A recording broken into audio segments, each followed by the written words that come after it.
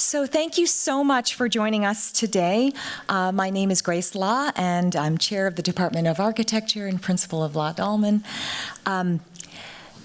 Positions is our departmental lecture series, and it's convened, it's aimed at revealing the positions taken by players on the field of contemporary architecture. The series hopes to unfold the complexity of relations and metaphors to make them explicit, inviting faculty and guests to voice where they stand. So we're delighted today to have Mohsen Mostafavi and Homi Bhabha. These two need no introduction, but I will offer a short one anyway. And so welcome to them both. Mohsen Mostafavi is the Alexander and Victoria Wiley Professor of Design and Harvard University Distinguished Service Professor, and served as Dean of the GSD from 2008 to 2019. His work focuses on modes and processes of urbanization and on the interface between technology and aesthetics. Mohsen was formerly the Gail and Ira Drucker Dean of the College of Architecture, Art, and Planning at Cornell University, where he was also the Arthur L. and Isabel B. Weissenberger Professor in Architecture. Previously, he was the chairman of the Architectural Association School of Architecture in London. At Harvard, he's super active. He co-chaired the Harvard University Committee for the Arts, served on the Smith Campus Center Executive Committee, the Harvard Alston Steering Committee, and co-chaired the Steering Committee on Common Spaces. With his very keen eye, Mohsen has chaired and participated in the juries of the Mies van der Rohe Prize for Architecture, the Wholesome Foundation Awards for Sustainable Construction, and the Royal Institute of British Architects Gold Medal. He also served on the steering committee of the Aga Khan Awards for Architecture. I won't go on and on. He is an incredible contributor to our field. His research and design work have been widely published in leading journals, and he has authored numerous books, including his 2024 The Color Black, Antinomies of a Color in Architecture and Art, which traces a theoretical and visual narrative of the relationship of art and architecture with the color black, and which we will be discussing today. Mohsen will be joined in this discussion by Homi Bhabha. Homi is the Anne F. Rothenberg Professor of the Humanities in the English and Comparative Literature Department at Harvard University. He was founding director of the Mahindra Humanities Center at Harvard University, and he is also the author of numerous works exploring post-colonial theory, psychoanalysis, cultural change and power, contemporary art, and cosmopolitanism, among other themes. His work include Nation and Narration and The Location of Culture, which was reprinted as a Routledge Classic in 2004 and has been translated into numerous languages, Korean included, German, Portuguese, you name it. He has written extensively on contemporary artists, including William Kentridge, Anish Kapoor, and Taryn Simon. Homi is also leading a research project on the global humanities supported by the Volkswagen and Mellon Foundations. He is a member of the Academic Committee for the Shanghai Power Station of Art, advisor on the Contemporary and Modern Art Perspectives Project at New York's MoMA, and curator in residence of the Boston Museum of Fine Arts. In 2012, Homi was awarded the Government of India's Padma Bhushan Presidential Award in the field of literature and education. He holds honorary degrees from the University Paris 8, University College London, the Free University Berlin, many others, and early in 2020, Homi was elected as Fellow of the British Academy. Thank you for joining us, Mohsen and Homi. First, Mohsen.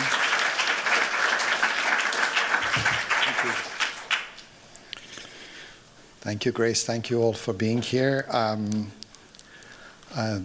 Thank you, Elle, also, for being part of this and starting this series in the core. Thanks to Matt for the music that you heard earlier. That was a piece called Etude Number 6, which was by Philip Glass.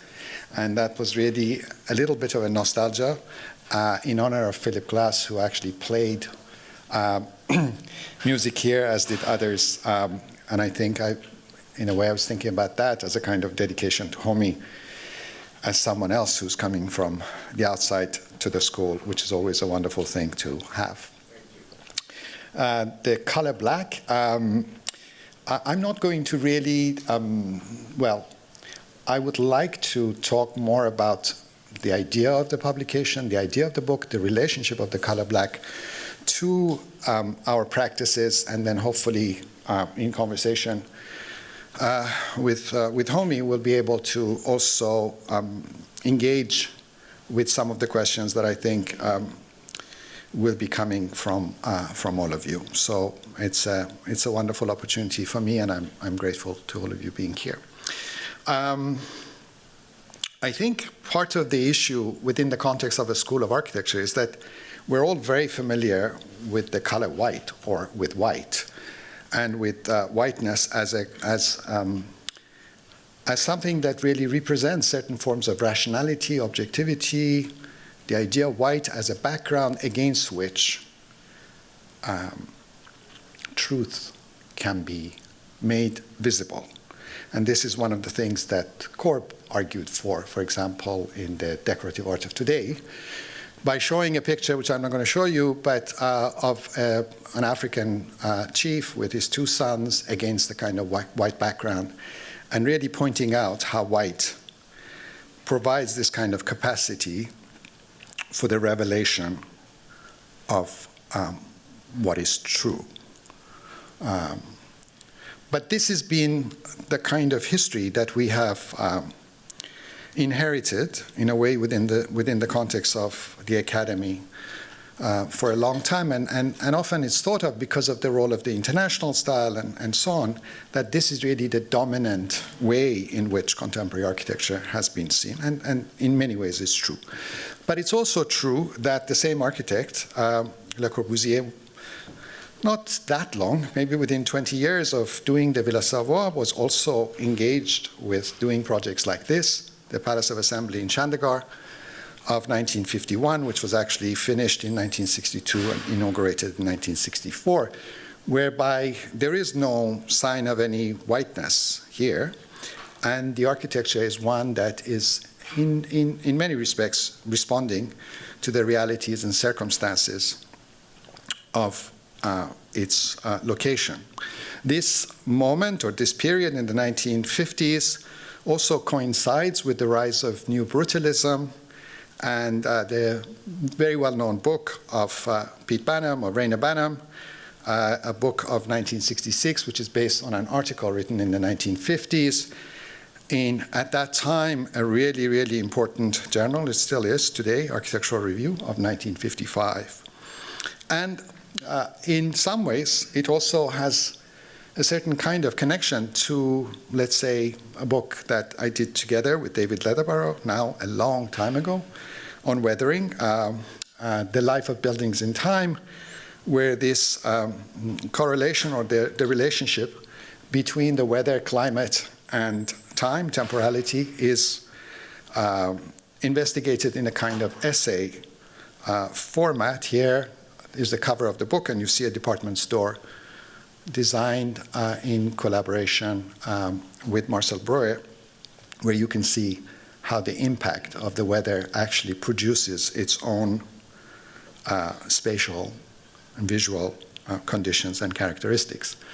And it's also important to point out the same Le Corbusier, now maybe some 8 or 9 years after doing the Villa Savoye, is also involved in doing the Salvation Army hostel in Paris, 1929, opened in 1933, where he's exploring the theme of color.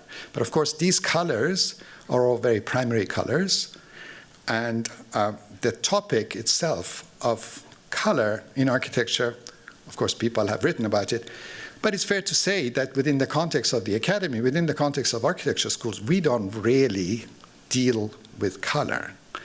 And that's a kind of fact. Why? Why don't we deal with color? I was thinking, how many people can you kind of mention who have tried in a serious way? And really, the only one that you can think, I could think, there are a lot of people who use color, but in an innovative way is Barragan. For me, because Barragan, I think, experimented with color in a way that wasn't simply the idea of the role of primary colors.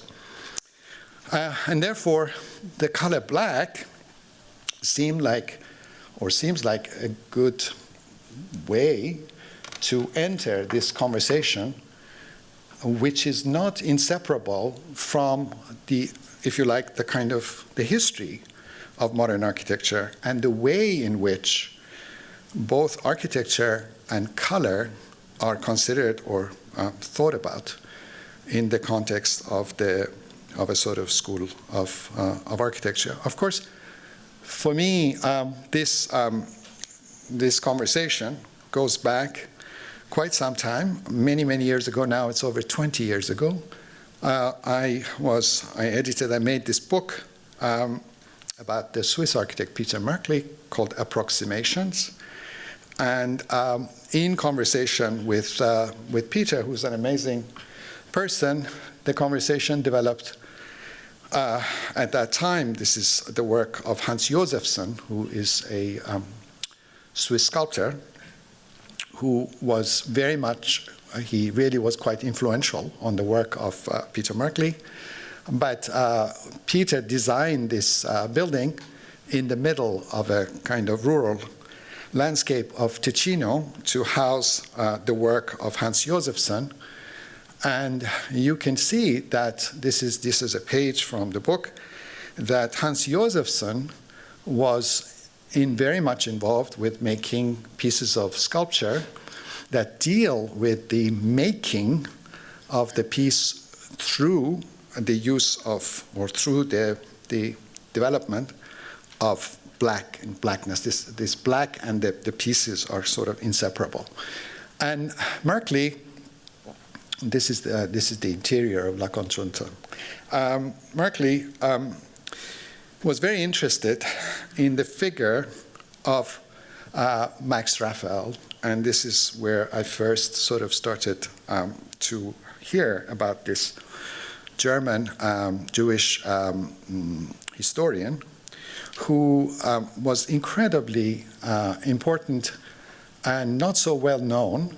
And he wrote a whole series of books, many of them published after he had passed away, including, this is one of the early ones, The Invention of Expressionism, Critical Writings, a book that's focusing on the question of the kind of material dialectics, which was his main point of reference and way of writing, The Demand of Art, which was done many years later.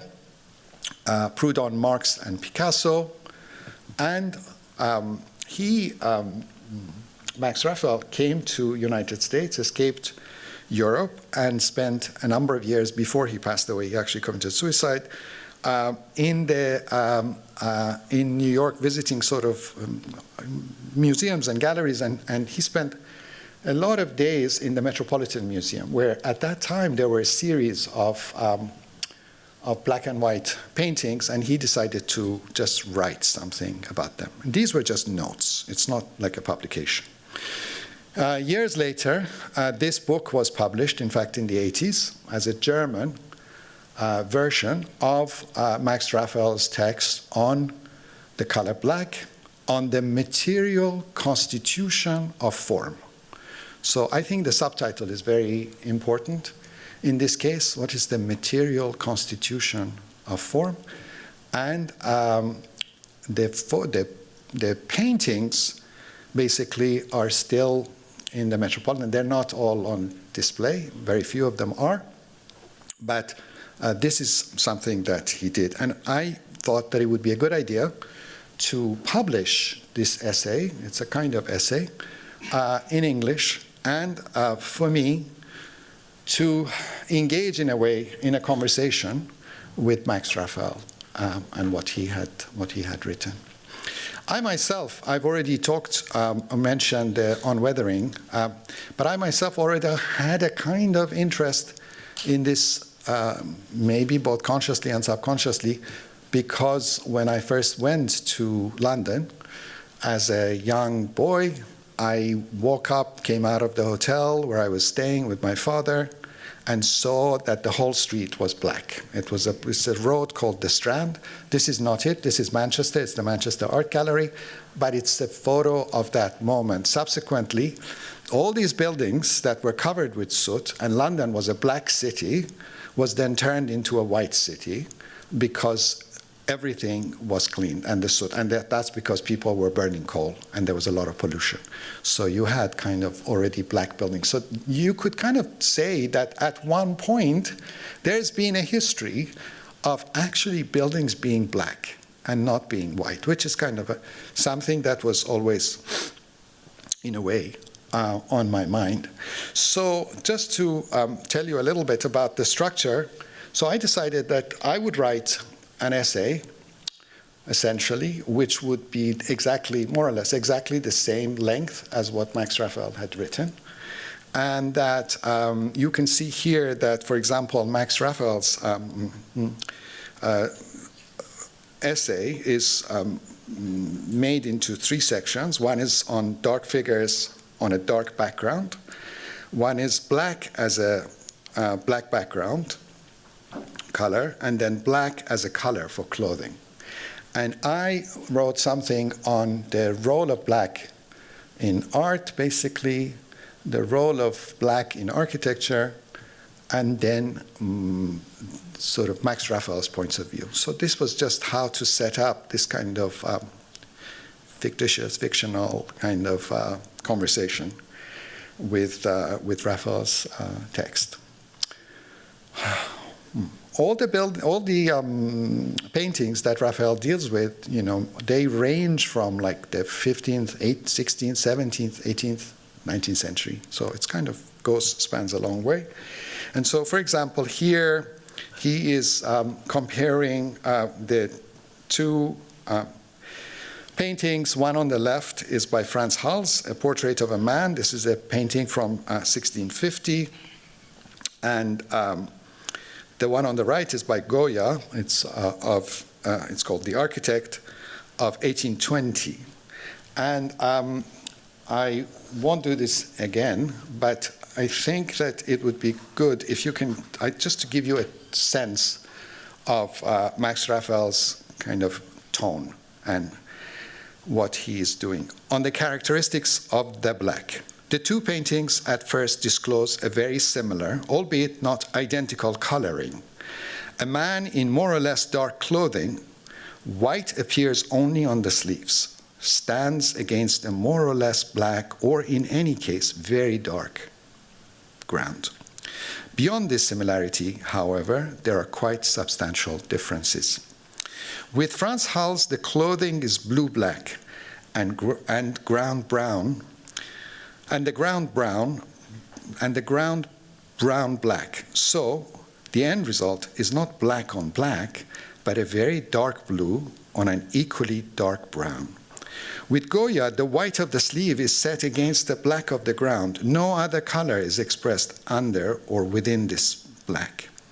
With Franz Hals, the figure or the body is neither dark on a bright ground nor bright against a dark ground. The 2 different colors of clothing and ground possess a comparable degree of lightness, or rather darkness. Only the head and the white of the sleeve appear bright on dark, while the colors thus differ as colors and are certainly not complementary, they are very close to each other in tone. So it's just to say that for Raphael, the idea of description is a very important point, and the way of describing something is enabling the writer to basically get into the very precise, almost scientific characteristics and quality of the work of the artist, and this description becomes very important. So when he's describing, let's say, a figure, when there are multiple versions of black, which you cannot see all that well with this projection, he spends a lot of time describing the relationship of the headgear to the background, which is almost gauze-like, and the difference in the black of the clothing in contrast to the white around the neck of the figure, and how these then relate to the flesh of the body. And so he goes to describe, the ones that have an emphasis on, for example, the color black as part of the clothing, or in the case of Rembrandt, the way in which these colors, which are not black, but yellows and ochres and very, very dark, they kind of compare with each other, or how in the one on the right, Rembrandt is really focusing black only in one part on the top left-hand side of the painting. For me, the question of description, which is what what I tried together with David Leatherbar to do in the Weathering book, is an important part, and I felt this kind of parallel in some ways with Max Raphael, connected to what do you see, what are you looking at? I mean, that's what happens a lot of the time in the school, and when you're reviewing and you're looking at things, and then how do you describe that? And what is the relationship between that description and the way the thing is made? That is sort of one of the things that I think is critical. So what is interesting is that while Max Raphael is writing this text, then there is also, within a few years, there's also really the rise of abstract expressionism in New York. He's in New York, they're in New York, but the kind of paintings that are happening here is the work of Robert Motherwell, is also happening at about the same time. So, to move on, John Berger, who is a very important British writer and has written a lot on photography and Picasso, he became also very interested in the work of Max Raphael. And at some point, he said this about Max Raphael. He sort of this is John Berger basically summarizing Max Raphael. He says that Max Raphael says, the function of the work of art is to lead us from the work to the process of creation which it contains. The function of the work of art is to lead us from the work to the process of creation which it contains. And I sometimes put architecture there in place of art. And see to what degree this applies to when you are making a drawing or making a model, how much is that drawing, how much is that model already describing a process of creation which it contains? I think one of the things that's important about what Raphael was thinking is that because he is also, in a way, a kind of Marxist materialist writer, he was writing that one of the questions was, since art, and you can say architecture, is made within the framework of a specific social milieu, a specific social condition, how come is it that certain works of art, or you could say certain works of architecture, endure after we have passed this social moment? So you can go to the Parthenon and still feel something, even though it's not part of our social moment in some way. So what's the reason for this kind of enduring that happens? And I think this is also very important in architecture. And he says then, Raphael, that why is art enduringly moving even though it merely reflects its social context? Is to say that art doesn't merely reflect its social context. It does reflect it because the artist's material style, the things that they want to represent, even the way they see, are historically conditioned. But it doesn't merely reflect it because the transformed material speaks of something deeper and more voluntary. It speaks of humanity's ability to make its own world, to become the subject and not merely the victim of history. So that's why then he says, the function of the work of art is to lead us from the work to the process of creation, which it contains it. I think it's very powerful, especially today, in the context of the academy, because precisely it empowers you to produce a body of work that in some ways transcends its social conditions. Of course, it's responding to that, but in what way can it become enduring to transcend this particular moment? Because also, let's say post-pandemic, in many schools, there's been so much emphasis on certain social conditions and things like that. All very good. But in a way, you could also say that sometimes that's happened because we've sort of forgotten a little bit about the things that could be the enduring aspects of the work itself. That's really to do with the imagination, of how you're imagining things and what kind of alternative worlds are we making. So we can now go very quickly just to say, okay, well then that's really the sort of the logic or the raison d'etre of this publication. And you can see that this question of the color black, just talking now about the color, is something that has a sort of parallel history with Malevich, with Ad Reinhardt, with Rothko and the Rothko Chapel, and each one of these is different. They are not just painting black paintings. Ad Reinhardt's paintings are very different from Rothko, even though we're talking about the color black, because the attitude towards the color, the circumstances in the case of Rothko, the idea of ambience, of the atmosphere that is created through the space that in a way accommodates the painting. All of these are part of the condition of it, the same way that in the work of, let's say, someone like Rothko or Motherwell, you have a shift towards a kind of much more symbolic play between poetry and painting and the kind of reference to the conditions of the time, like this one, the Elegy to the Spanish Republic from 1948. And of course, this tradition of painting continues to this day. This is the work of the French painter, Pierre Solange, who kind of died only a couple of years ago, age 102, I think, or something like this. And the use of the painting to really both deal with the idea of figuration and abstraction simultaneously. He was making very thick paint on the canvas, and like Ad Reinhardt, who spent the last year, many years of his life, just doing nothing but doing black paintings day after day after day after day. I think Pierre Solange was also doing the same thing for basically sort of a 30-year period of every day just painting nothing but black.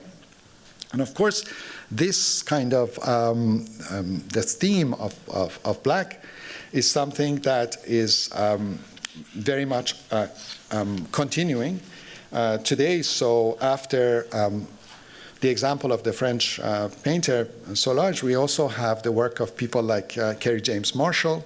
This is the famous, one of his most famous, a portrait of the artist as a shadow of his former self, where Kerry James Marshall, who is a black artist, and had a different, in a way, stylistic period earlier on, then starts dealing with black and blackness, the color, in terms of a multiplicity, variety of blacks, through which he's also discovering, making a painting, a self-portrait in some ways, that is also a form of covering up, of making the face also black in the painting. This in the book continues with a number of other artists such as Carrie Mae Weems, and we see that related to this kind of work or the making of paintings, there's also a kind of tradition in some ways of writing that's important for many of these artists. In France, there had been the evolution of a group called the negritude movement. And this negritude movement, maybe many of you have heard, was a movement that was really combining the influence of the French in relation to the people, for example, from the Caribbean, and the way in which the cultures of the Caribbean were discussed in the light of the role of the negritude movement to provide a basis for forms of kind of giving voice and giving certain forms of liberation to the writers of that time. So in the kind of earlier period, one of the things that's discussed is really the fact that in this book, The Soul of Black People, is the notion of the idea of the double consciousness, that somebody has to be always two people. You can't be one. You've got to be both black and white or black and American. How do you reconcile these two-ness? And then the kind of writings of Frantz Fanon, who refers to this concept of the black soul as a construction by white folks, and that he puts the emphasis on the role of language. And again, the idea of description and the supremacy. For example, in the context of the negritude, that the French language was basically thought to be more important than Creole. And that, many of you are familiar with the work of Edouard Glissant, who then comes and talks about the idea of mondialité, of worldliness, and the concept of creolization, of something that's much more hybrid, a sort of hybridity of these conditions. So there is, in a way, a kind of theoretical framework behind these things that is possible to discuss. But you see that this is very much on the mind of many of the artists, contemporary African-American artists who are working. This, maybe some of you are familiar with the work of Amanda Williams. She actually was a student at Cornell, studied architecture, and then became, she's now a very well-known and respected artist from Chicago. And she did this project where, like Kerry James Marshall, she basically tries to develop multiple color blacks and uses that to identify the front of storefront for architecture, to speak about the fact that there isn't just one black. There are many blacks. You can't just unify black as kind of a singular thing. And that was a very important commission that she did. And of course, the work of Theaster Gates. I've been sort of working with Theaster as well. Apart from this color black, there's a new book that I've contributed to called Unto Thee, which has just been published by the University of Chicago Press about the work of Theaster Gates. And Theaster uses in some of his work tar, and makes tar paintings. And his father was a roofer and was using tar. And so there's a whole history of this kind of material that's then brought into his pieces, plus the fact that he spent a lot of time in Japan learning how to make ceramics, and combining his sort of US background, being a Japanese craftsperson, and also using tar in some ways. So I think this question of sort of what kind of backgrounds people have and how they bring that together. And so I think with this, you'll see how these things are structured in the book. And of course, the last section, which I'll try to finish in the next few minutes, couple of minutes, is focusing on the role of architecture with Adolf Loos, who basically speaks about the idea of, he says, only a very small part of architecture belongs to the realm of art, the tomb and the monument. And he makes this tomb for the Czech historian, Max Dvořák. And then he participates in the Chicago Tribune Tower competition that he doesn't win, but he also produces another kind of black symbolic monument in some ways. And suddenly, during this period, you also see the development of a lot of black buildings, like the American Radiator Building. This is now a hotel on Bryant Park in New York. Raymond Hood was one of the architects of the project. And then the depictions of this building. This is a very famous painting by George O'Keeffe. And the reason I'm showing you this is because also the black is suddenly connected with night and the idea of a sort of nocturnal architecture, what it's like to capture architecture at nighttime as opposed to the day. Her husband, Alfred Stieglitz, also, they were staying at the Sheldon Hotel, does a lot of these kinds of photography, which is at night, capturing the reflections. And in the book, of course, these themes of the kind of the feel or mood of this sort of photography is not very far from, let's say, the discussion of mood in painting and the role of mood as the content of modern art. Like Peter Zumthor has done this book called On Atmosphere, and it's really about the idea of atmosphere, the mood of, so how do you construct, in a sense, a sort of mood. And then the mood is also not that far away from the role of shadow and the relationship between shadows and architecture. And of course, the shadow is also part of the shadow of the soul, so that's a longer thing. But this is just to give you a sense of the nuances that exist in relation to this, and then the concept of profile. Therefore, the shadow is linked to the origin of drawing, but it's also linked to the origin of the projection of the soul that is outlined. And then this outline in architecture, or this outline, becomes also a way of understanding the truth of something, because the profile becomes physiognomy, becomes part of the study of criminology, and therefore you can look at the profile of somebody and you can also tell whether they are a criminal or not, good or bad person, and things like that. And how this idea of the shadow, of projection of the outline also plays a role in architecture, and the color black, how it has been presented, even though it hasn't really been discussed specifically in terms of the color with Mies, with this building. This is part of a series of buildings that were done in England by, this is by Ellison Clark, but with Owen Williams. This is for a newspaper building, but he also did one in Manchester and one in Glasgow. And the black as a kind of reflection.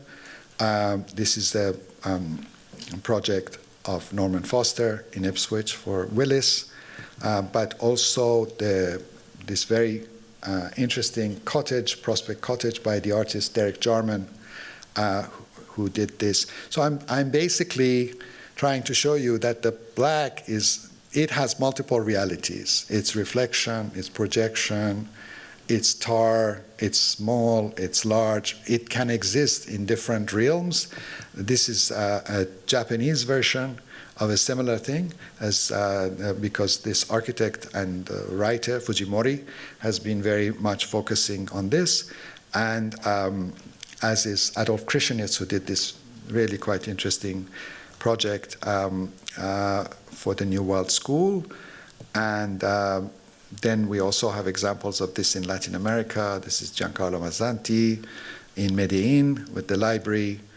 Back in Japan with Jun Aoki, the Aomori Museum of Art, a house that he did, House M, and a Pavilion Noir that was done by Rudy Ricciotti in the south of France, in Aix-en-Provence, and the work of Peter Merkley. I can speak a lot more about these things, but I'm not going to now.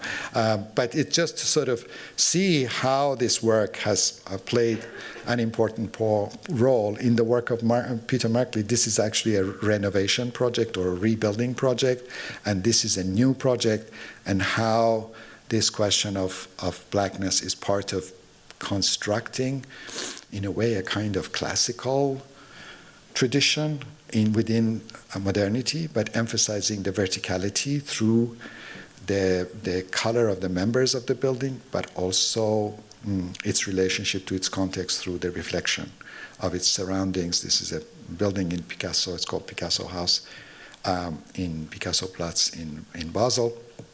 And lastly, back with Theaste Gates, who's been doing more architectural things. Recently, he's done a lot of things in Chicago for himself, but also for the community. Once again, bringing this kind of reconciliation of art with architecture and with in a way, the kind of use of these buildings. So in conclusion, I think in a way the main point is to just reiterate the status of color and the discussion of color, the way in which the relationship to making something is part of the process of one's commitment to a larger project than just simply making a project. And hopefully this becomes the beginning of more investigations and possibilities, both about color but also about alternative ways of describing architecture. Anyway, thank you very much.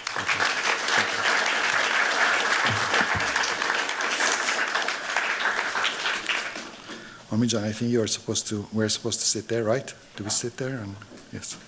Yes.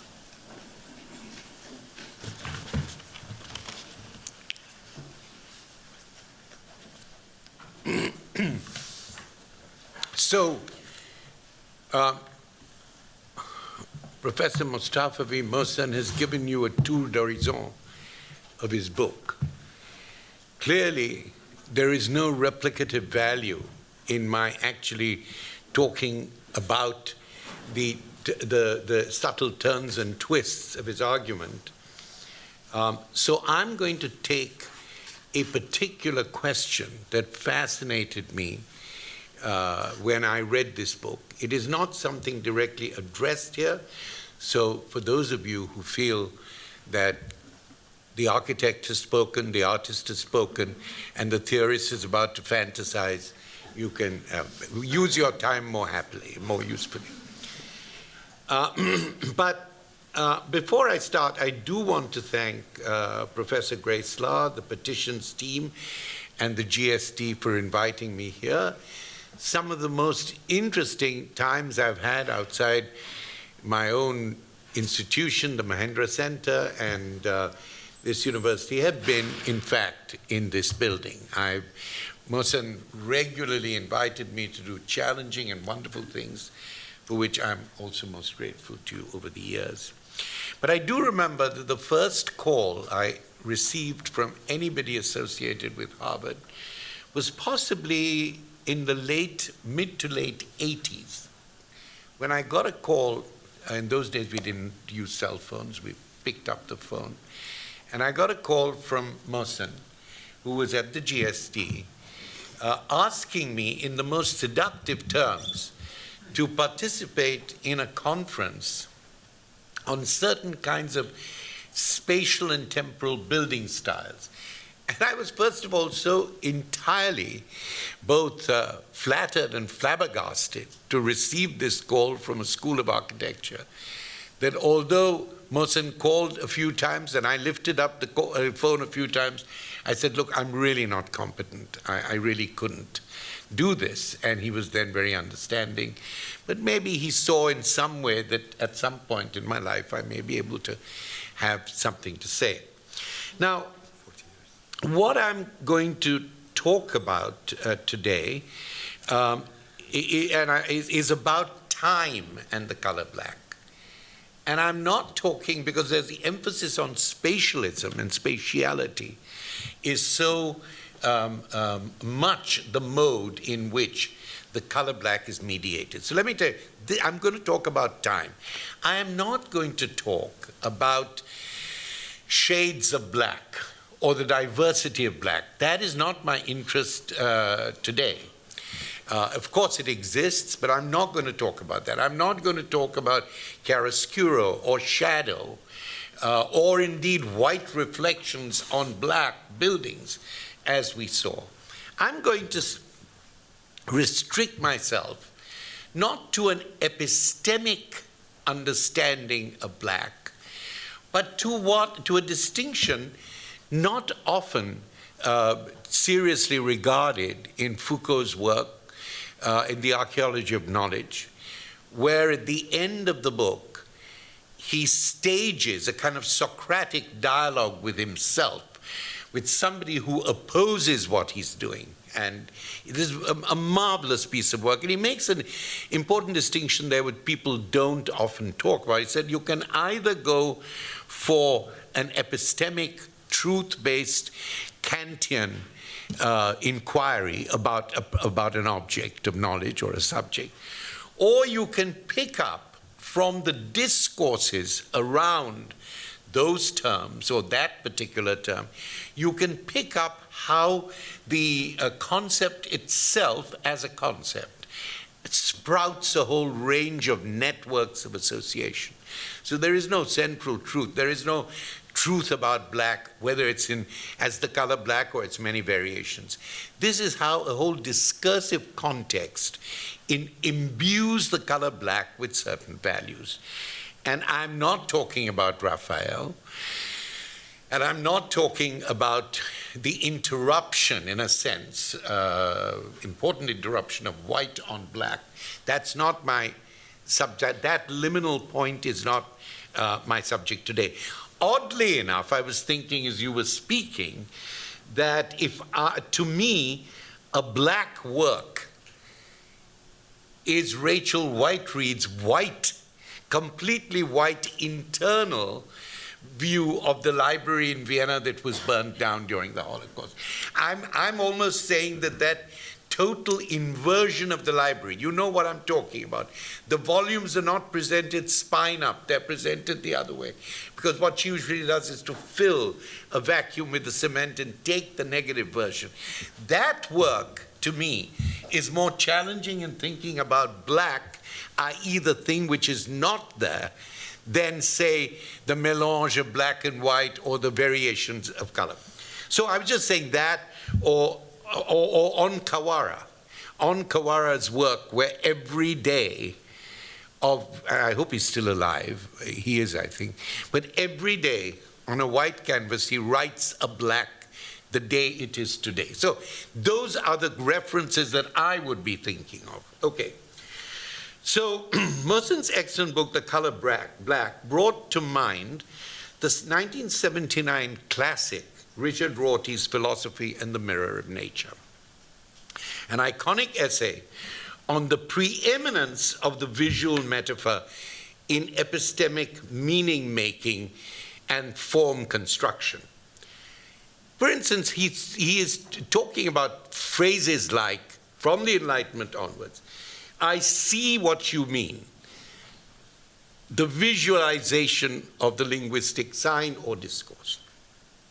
You have read my thoughts. It's plain to see that you have not understood a thing I've been saying so far. So what Rorty does is to begin to understand why language, meaning making, has this profound visual metaphorization or tropic notion, and that therefore language becomes like a mirror of a kind of reality, that if only we could get the lens right and the focus right, you could see through to the truth. The object of knowledge or representation is reflected as a mirror of nature, and here again, the dyadic Lacanian idea of the mirror phase comes to mind, the child's first mode of recognition of space and time, although even Lacan emphasizes space, is at stake in the color back. I also thought it might be useful here just to mention that a year before the Mirror of Nature, and this is, I was writing my notes this morning, this is something that struck me, that Derrida wrote in the margins of philosophy, the essay on parergon, the notion of framing.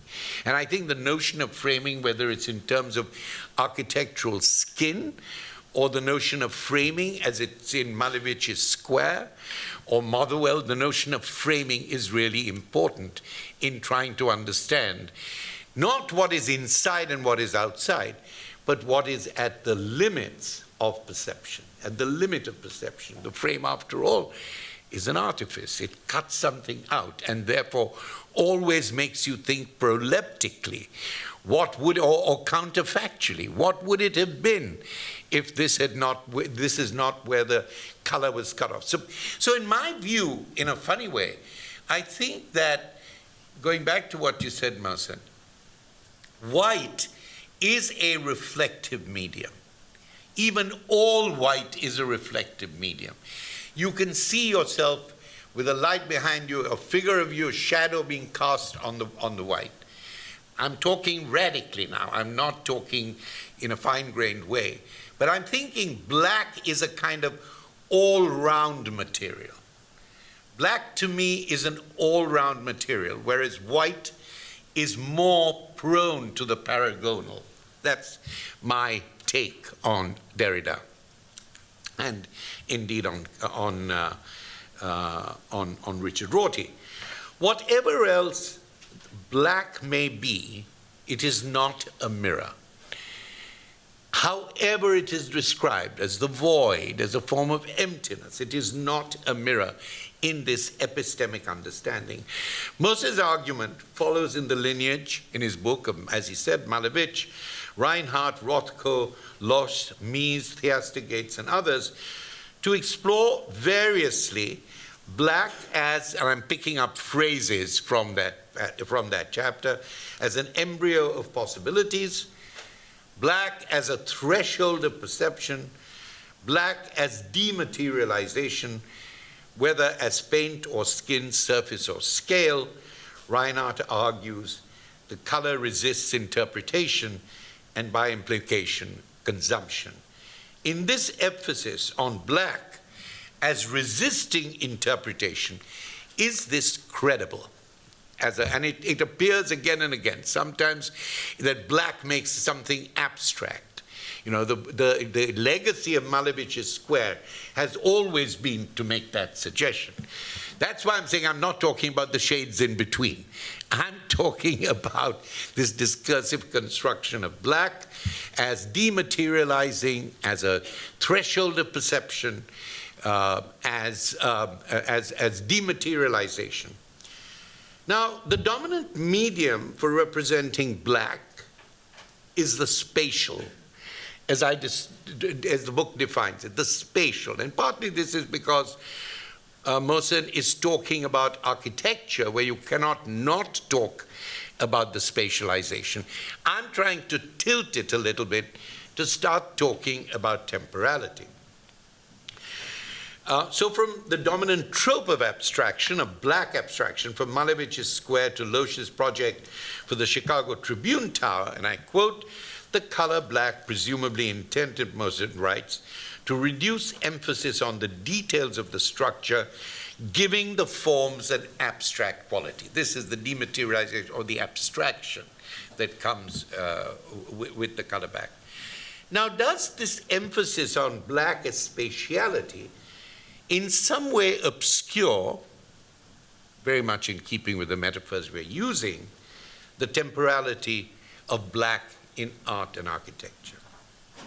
My question today, and very briefly, because I only have another page to read, what is the time of the color black? Does the spatial insistence marginalize this issue? Now, let me say, Mohsen has talked about weathering, how things become black, you know, over time due to climatic processes, etc. I ask you to take yourself, put yourself in the position from which I'm writing, which is what happens when you're confronted by blackness as represented here, both discursively and spatially. And to tell you the truth, I was rather worried about what I would say this morning, and I tagged this notion of what is the time of black to a dream that I had last night, quite literally. Feeling guilty. And the dream was that I was lying in bed, and suddenly there was a dream thought. So it was a part image, part overdetermined. It was a constellation. But I woke up with this impact. Supposing a black wave or some natural disaster, and it was black, were to come and take over the space in which I am, whether it was like Pompeii, that the black lava would fill me, or whether it was like a tsunami, or that it would drown me. And that thought when I woke up, the most interesting thing about the dream was not my mortality, but it was the suddenness with which it appeared, the imminence with which I associated this color black. It was about imminence. It was the moment it happened. Once you take a step back, you do your yogic breathing, or you say your mantras, etc., and you calm down, then you begin to see the black not so much as threatening, and you see the moment as a larger kind of cartographic or a larger ecological field, but that's not what I wanted. I understand what is this imminent, what is the time of black as impenetrable, abstract, all these terms that you have cited people as using. Black is not impenetrable, nor is it dematerializes. It engages us in the most intense hermeneutic desire. Desire is important here. To keep delving and developing as one might do in a dark room. The idea, however, is not to flood black with light or make a positive print from a negative. The pursuit is to read black as a temporal movement, at the threshold of perception, as one of your writers, whose name I forget, mentions. At the threshold of perception, a movement as a moment of what I call imminence, and I've been developing this concept for a while in terms of time.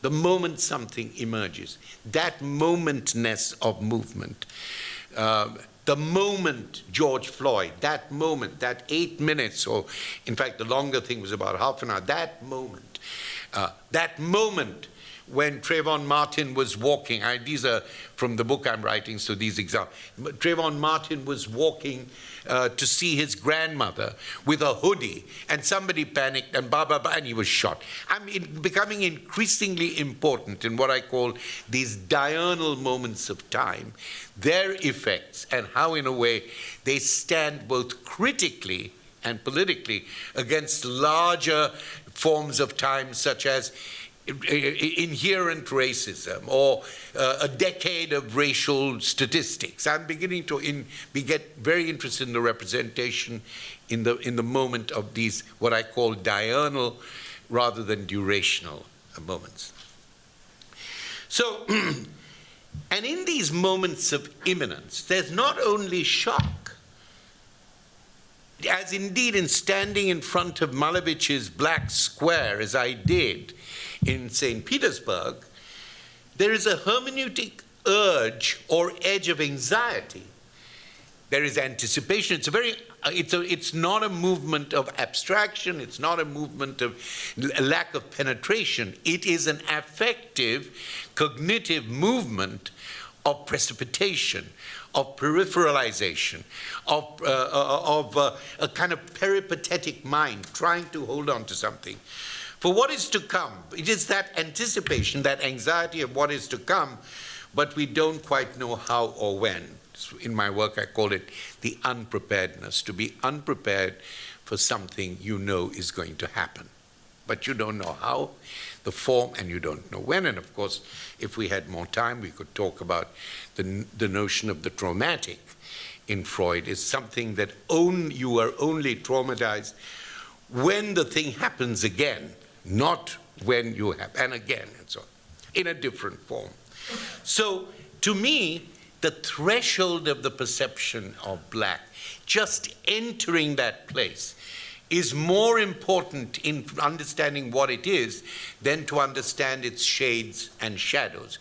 That can come afterwards, but I think if you really want to talk about it in this discursive way, in this affective way, then the point of entry, the happening, the imminent moment, to me is very important. For what is the color black as a hermeneutic threshold? It is at once the structure or space of entry and departure, right? I said it's a threshold, as many of these writers. It's a moment of entry or departure, or at the frame of a door. But from an ethical and aesthetic perspective, the threshold is also the moment of imminent negotiations. the risk of letting in or throwing out, the borders of hostility and hospitality as they play out in the sphere of critical practice. The idea of the threshold as the place where, in this book, black as threshold is always about the temporality of crossing and recrossing, repetition, restitution, entry, departure, all that anxiety. And why do I say this? Because one of the questions in this book is black is emotional. It creates a kind of emotional response, or Stimmung. And I set it to myself the task of thinking that an emotional response, whether it's sublimity or something else, is too general, in my understanding, for a statement about what that affective identification is. And in that context, I suggest to you that it is the crossing of a threshold works very well. In this book, it works very well because the border is always a place of imminent negotiation, whether it's negotiation of meaning, whether it's negotiation of value, whether it's negotiation of scale. And to me, this problem is a very important problem, which is certainly, as I've said, discursive, but it's also an ontological problem. Who am I when I enter that space? Who am I when I'm confronted by that space? This is made less of a problem if, for instance, you have a portrait. Once you have a portrait, and I'm not saying you shouldn't have it, I'm just talking about the pitch of blackness, really the pitch of it. Once you have a portrait there, once you say this is the artist who failed or this is the architect, then immediately, then you have to reconceptualize the black to bring it, to make it overwhelm the figuration, in my view. You have to overwhelm the figuration. That doesn't mean you deny the figuration, but you read it from the black into that which gives you immediately a kind of epistemological mirror comfort or a mirror resonance. So the borders of hostility and hospitality as they play in the sphere of critical practice. The color black is as much a time frame as a spatial field playing hide and seek at the thresholds of art and architecture. Thank you.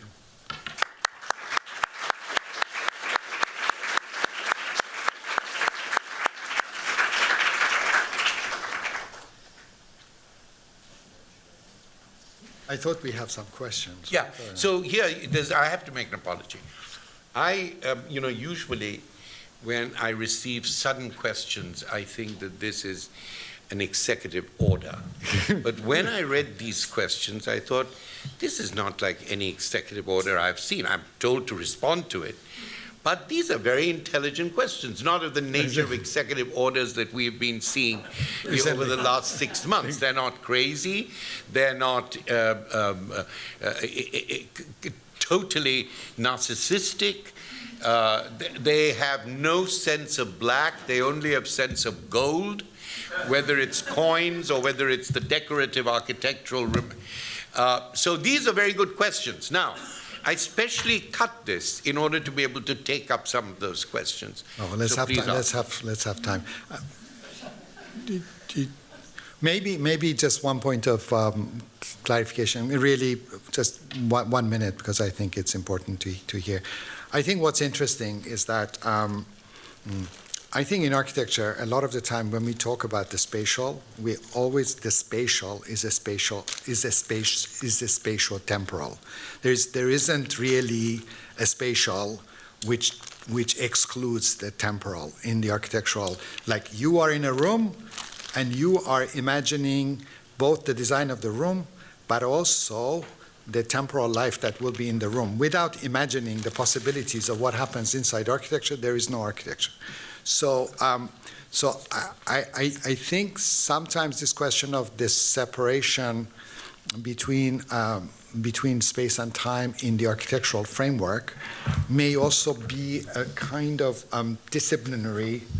I'm sure. It is a disciplinary thing, and I think it's sort of like I wish we had a lot more time to get into that. But I really appreciate what you have set up in terms of the question of the time of black, and what is really the kind of what is this thing threshold to, because it also is asking about certain forms of specificity.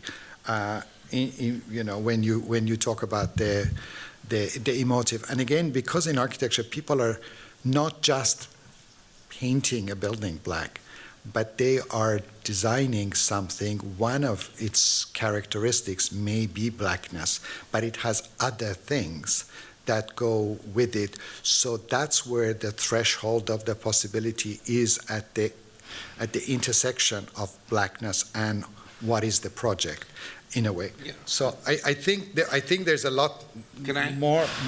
Yeah, as long as they have to leave at 3 o'clock. But I do need to say this, that in my reading of this book, yes, this spatial temporal entanglement and the notion of an interstitial space, I didn't find it either in Raphael's work or in the commentary. This is why I brought it up, because the temporal threshold is the immanent agency of the color. It is the immanent agency of the color as a kind of interstitial entanglement. But Homi, we cannot design a building without having a sense of the immanence. I'm not here to talk as an architect. I know, but I'm saying the idea of architecture is completely entangled with its immanence. Because otherwise, if you're not imagining something that is going to have the potential of becoming, then what are you doing? Well, whatever you're doing, a lot of architecture that you see is not at all thinking about that. Becoming. It is thinking about replication. It is thinking about what's the best deal you can get for the money, what's the best space, and this is not only restricted to bad architects, it's even good architects. So it seems to me that when Loesch says in his writings that he and his clients are always telling him, from what you would consider a spatial temporal position, we need this space here, we want to be that there. And he says, no, I'm not going to do that. I'm going to make, so I think that there is, in the use of architecture, in theory generally, and indeed even here, less of an emphasis on how the temporal question arises, the question of immanence arises, and how it may actually disrupt or change the way in which the discourse of spatial or spatialism, as I read it, has appeared. But that's good to know, because we spend like 80% of our time trying to think about the temporal dimension in order to produce certain spatialities that respond to how we imagine a possible other, in terms of like the role of design, which is, I think we have to obviously do a lot more on that. Sorry, are you part of that? Ceding to the students, because we're going to run out of time. First, just thank you for this really interesting dialogue. I want to pull back to one of the references that you mentioned, Mohsen, specifically. I think when you bring Goya into the picture, it becomes super fascinating to me because of like his series on the black paintings and the qualities of which he was making them, in a sense, because he himself was living, to me, in what was a perceived blackness, being blind, and then sort of drawing these paintings upon a framework. And so I'm curious to know, like, how does that brush up against what you're sort of mentioning about making without seeing, and especially specifically in the trays, and sort of understanding what we're doing as we're in the process? Because I think what has always fascinated me about Goya is that he was still able to make these really set of compelling works, but he himself was living in this sort of perceived unknowing of like the context around him, in a sense. Like it was almost like fuzzy in a way. And so he himself was in blackness, is how I kind of understood his work. And so the act of making, sorry. What is you're asking specifically about the relationship to, like, let's say practice, or to practice work, and, or how we practice, and like maybe how sometimes you yourself are in a little bit of like not fully knowing exactly what you're doing can sort of benefit in ways. Like I don't think everything's always crystal clear. I think you know, what I found very interesting in the question of, like when I was reading that passage, is very much focusing on the idea of how something is described and how something is made, how something is drawn. We talk a lot about the question, what's the idea? So the content. And the idea, a lot of the time, and becomes essentially a kind of substitute for the thing that's made in some way. So if there is any lesson for me in terms of, let's say, the Max Raphael, is that in the context of a school of architecture, for example, the status of representation of how something is drawn or how something is made, and its conversation is very uneven, that discussion. So you can say that at a certain moment, the question of projective geometry has been very important in the evolution of the core program. And then the projective geometry ends up having certain impacts in terms of how we imagine or how we make things. And at any one point, this question of how we're imagining and how we're making the tools, the kinds of models. Now we talk about the big models, you know, but it's not just big models. It's about the idea of the large-scale models in order for them to reach a certain level of specificity, of being specific, as opposed to just being big. I think that that's worth discussing.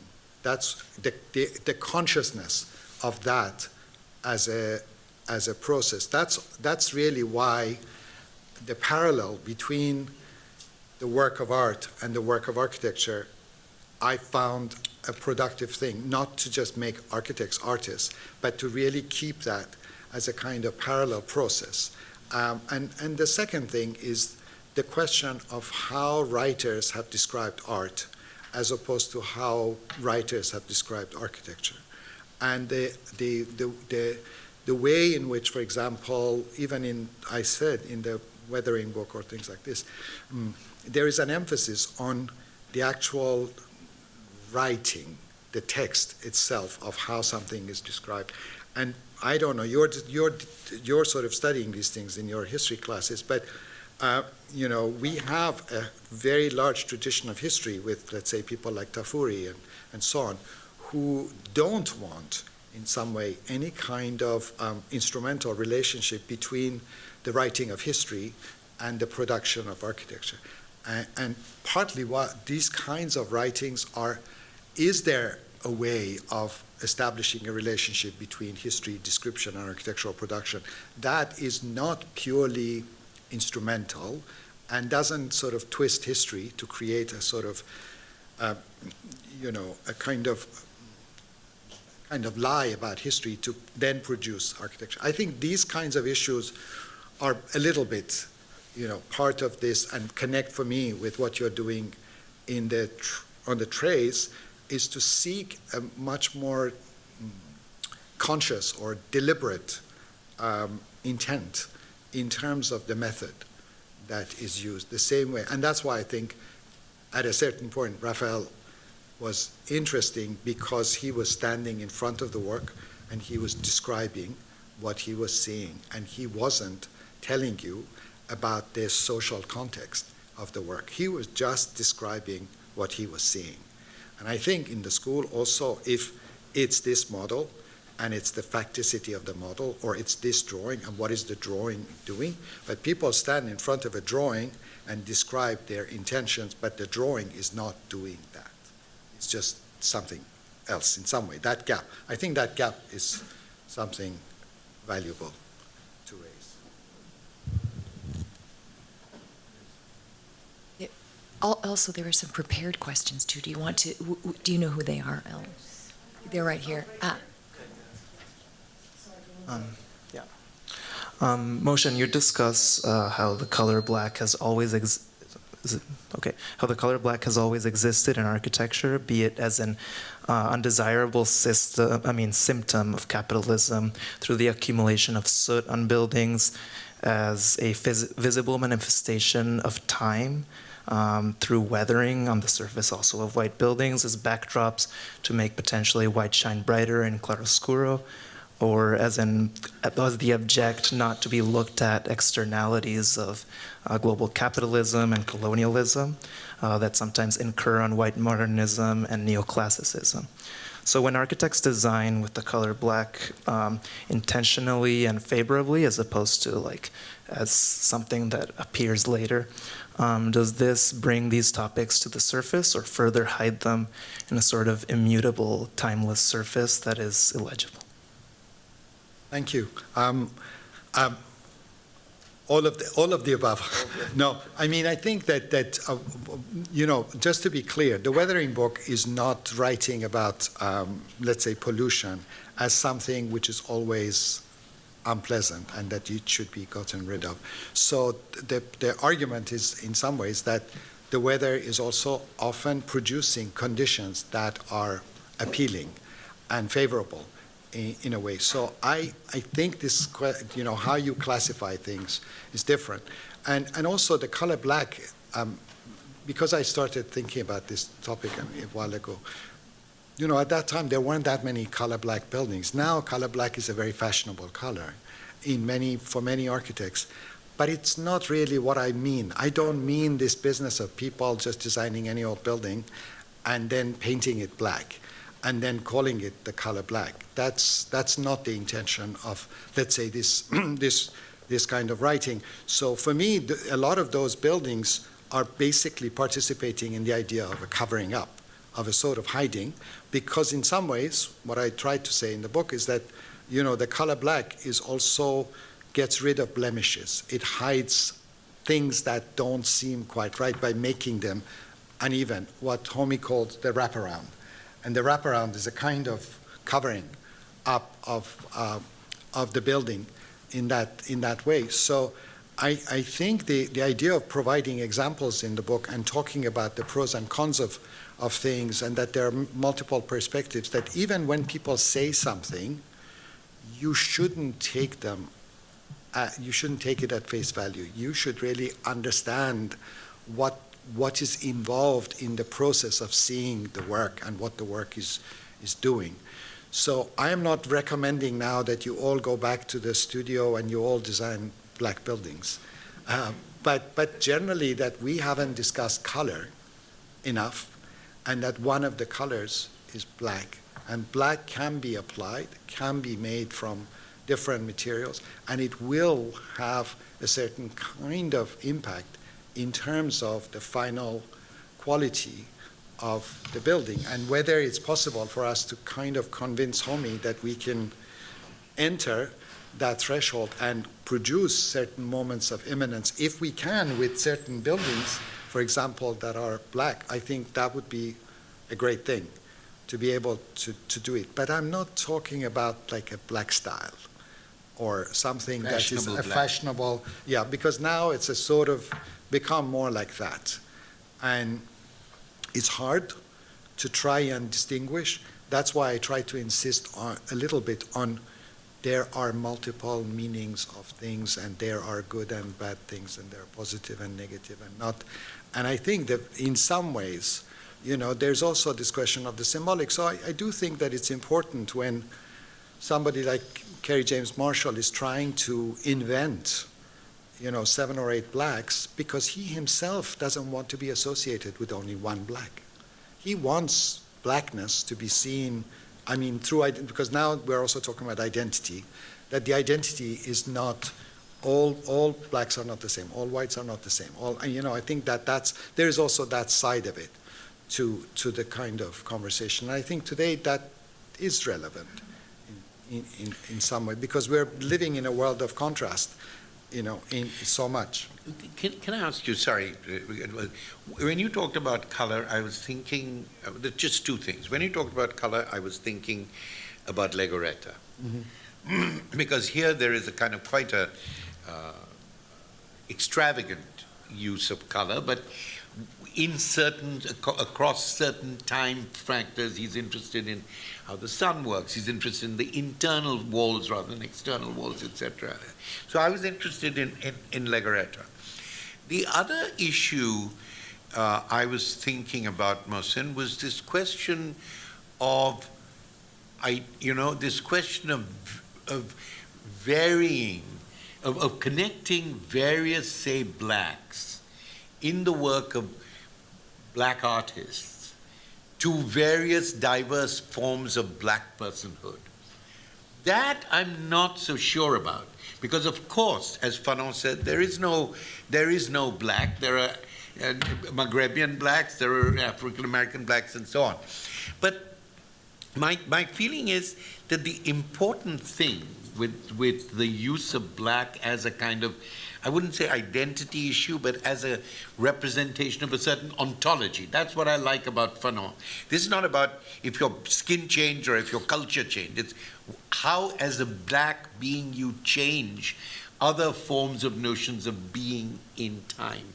So I was just thinking, I thought one of the challenging things is to think about the difference within, then, of being able to confront something like that, rather than creating a kind of pluralism of blacks. Yes. I'm not a pluralist. Now, many people are pluralists and they're great people. I just am not a pluralist. Yes. That's why I don't believe I believe in difference rather than diversity.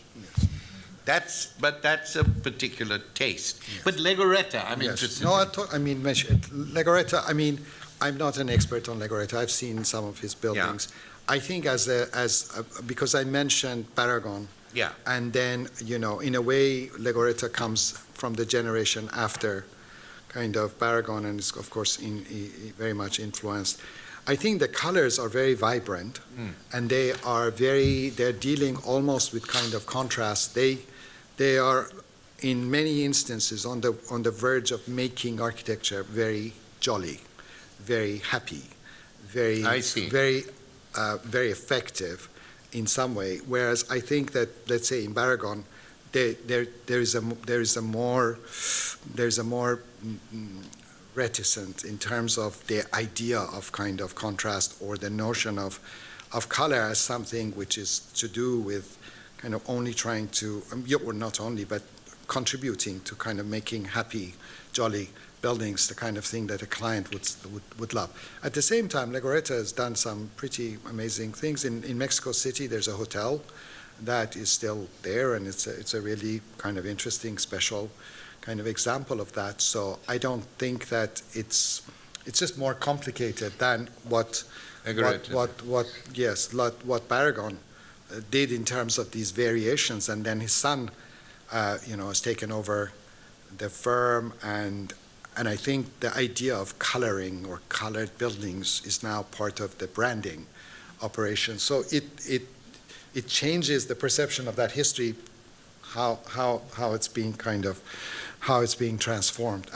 So is one more decorative and the other sort of comes out structurally from the formal constraints of the building itself? Well, maybe Louis Barragon's contributes to this question of the spatiality, but also just to kind of reinforce the spatio-temporal.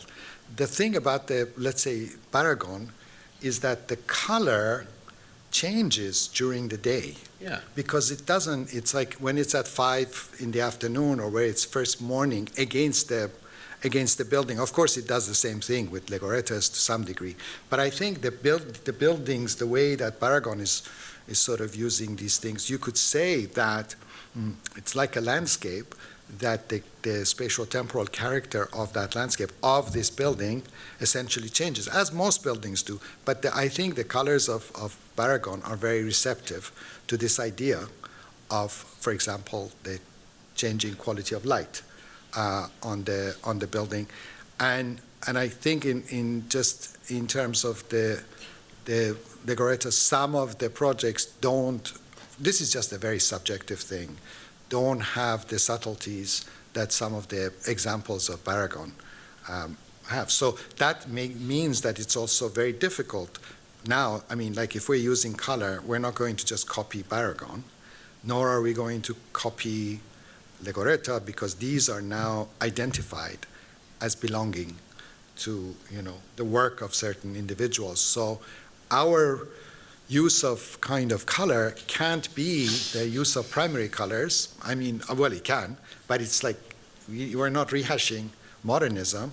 That's why Rembrandt, in a way, is interesting, because he is like talking about coloration, but sufficient level of darkness between the ochres and the yellows and things like that, that there is another way to see darkness through color in the example of Rembrandt, including kind of like adding, let's say, some black. This is why the discussion, like what should be the discussion of color today, it becomes very complicated, because we don't have, in a way, a very clear kind of methodology that has been developed, and that's why we have to develop that. It's almost like we need to do certain courses or studios or something like that that are focusing on the issue. But let me just clarify something for the students as well as for you. I'm not suggesting that architects don't take temporality in mind. No, I don't. Nor am I suggesting that temporality is largely the way in which the light changes or whatever, which is a very important aspect. I don't know how to, I'm suggesting, as I tried to argue here, that if you take the question of the temporal, there's always a spatial temporal connection. That's why I call it a kind of interstitial entanglement. You can't, but when we critically work on it, we do change. For instance, with Heidegger, it is the question of temporality, of being in time. That is the lead. If he's dancing the foxtrot or the tango, he leads with that leg of time. Whereas if you see Foucault, he leads with the spatial. So yes. I'm not saying that these things are separable. I am saying when you critique them or when you write about them, things change depending on what you put forward. No. So I'm not saying that architects don't have a spatial. I think that didn't come out, and that's not what I thought. And I think that the point is really well taken. I'm grateful that you mentioned it. I just want to make sure that architecture is also not seen in terms of dualisms of the spatial and the temporal. And that's really what I was trying to kind of like defend a little bit, maybe a bit too strongly. But it's just that's your job. It's part of the Nobody game would to ask say you to build a building. It's to just say that the spatial and temporal in architecture school are not dualisms, and so that's. But interstitiality is not demand for dualism. No. Yes, of course, please, yes. Well, Yes, please. yeah, I just had one more question. Homi, you expressed... Where is the question coming Here. from? Right here. Oh. Yeah, at the bottom. Sometimes you don't see what is closer. But you expressed black as an emotional color, and I would argue that every color has its own emotion. And then you also expressed this wave of black coming to you inside your dream, and I think you would feel very differently if it was a wave of light coming towards you. Yes, you're right. So how this regards to architecture and space, I'm wondering how you guys feel about black as a color and the emotions that it procures. Because blackness is inherently like the baseline to our humanity. We've always tried to get away from it by creating light. So I wonder if this maybe blackness comes from fear, and that's why we have stayed away from it in architecture. I'd love to hear your guys' thoughts on that. That's a very clarifying question, and I know that you're out of time. I'll be brief. The issue, it's in the book a lot that black appeals to certain emotions. I was just trying to show, and these are emotions, or as Mohsen said just now, maybe Legorreta's use of color is happiness. The other use of color is much more subtle, making points about the very space and also the construction of balconies or railings, moments of inside-outsideness and the use of color in that form. So I understand that.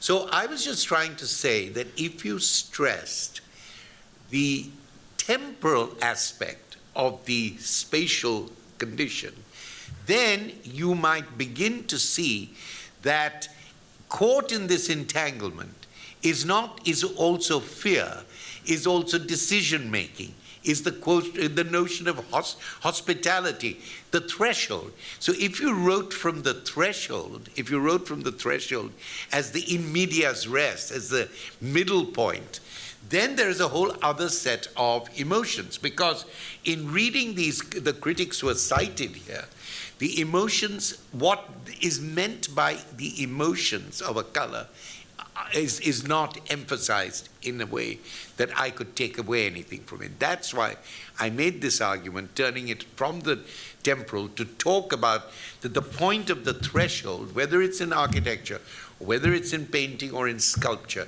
is this moment of decision, of risk, of anxiety. And that's why I connected it to this dark, something, water, wave. Now, of course, if I dreamt of a flash of light, I would have thought I was a saint witnessing a revelation. I would have thought, oh my God, I'm one of God's chosen people. And I think that's legitimate. A flash of light, whether it's in a church, whether it's in 14th century painting, whether it's in colors in Indian sculpture, whether it is the way in which Indian sculptures are often faced. Sometimes when the mirror is placed there to bring light on the figure, light is an enlightenment. That's why some countries were called dark continents. They were not, but there's a distinction between a dark continent and a black continent. But we won't go into that now, because not all blackness is darkness. Does that sort of give you some sense of what I was saying? Thank you so much. Thank you.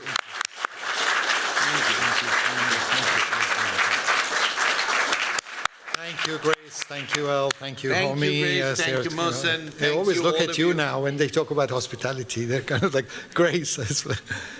Thank you, Matt. Thank you.